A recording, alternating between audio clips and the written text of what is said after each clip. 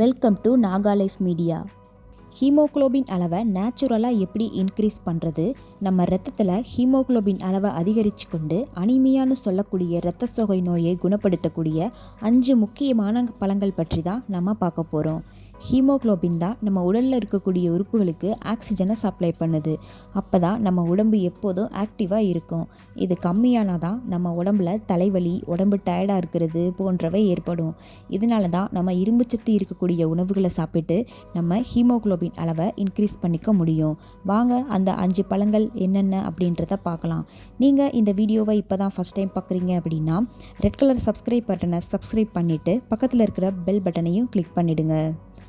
நம்ம முதல்ல பார்க்கக்கூடியது மாதுளம்பழம்.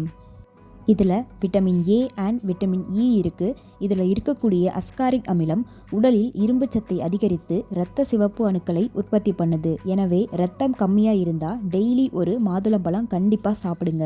மேலும் இது புற்றுநோய் ஏற்படும் அபாயத்தையும் குறைக்குதுன்னு சொல்கிறாங்க. சிறுநீரக கற்களையும் கரைக்குது. அந்த சிறுநீர் சம்பந்தப்பட்ட நோய்களையும் குணப்படுத்துது. இரண்டாவதாக நம்ம பார்க்கக்கூடியது வாழைப்பழம்.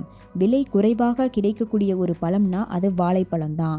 இதில் ஏராளமான மருத்துவ குணங்கள் இருக்குது. இரும்பு சத்து அதிகமாக இருக்குது. எந்த வகையான வாழைப்பழம் வேணாலும் சாப்பிட்லாம். இதில் ஹீமோகுளோபின் அளவை இன்க்ரீஸ் பண்ணக்கூடிய ஆற்றல் இருக்குது.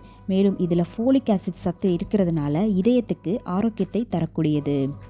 மூன்றாவதாக நம்ம பார்க்கக்கூடியது ஆப்பிள். ஆப்பிளில் anti accident and vitamin C இருக்கிறதுனால இரும்பு சத்தை உறிஞ்சி இரத்த ஓட்டம் அதிகரிக்க உதவியாக இருக்கும். மேலும் உடலில் உள்ள நச்சுக்களை வெளியேற்றுகிறது. இதனால் மலச்சிக்கல் பிரச்சனை இருக்காது. டெய்லி ஒரு ஆப்பிள் சாப்பிட்டு வந்தால் ஹீமோகுளோபின் அளவை நேச்சுரலாகவே இன்க்ரீஸ் பண்ணிக்க முடியும்.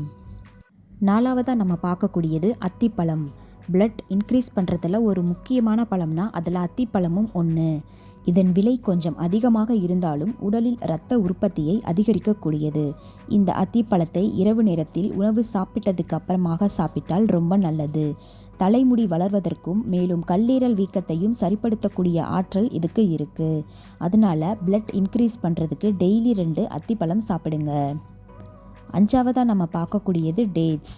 டேட்ஸில் வளமான அளவு இரும்பு சத்து இருக்கிறதுனால உடம்பில் ஒரு ஸ்ட்ராங்கையும் எனர்ஜியையும் கொடுக்கும். ஒரு நாளைக்கு 3 டேட்ஸ் அளவு சாப்பிட்டால் இரத்த சோகையை சரி செய்து ஹீமோகுளோபின் அளவை அதிகரித்து கொள்ள முடியும். இதில் வைட்டமின் மற்றும் பொட்டாசியம் சத்து அதிகமாக உள்ளதால் பிரெயின் டெவலப்மெண்ட்டிற்கும் உதவுகின்றது.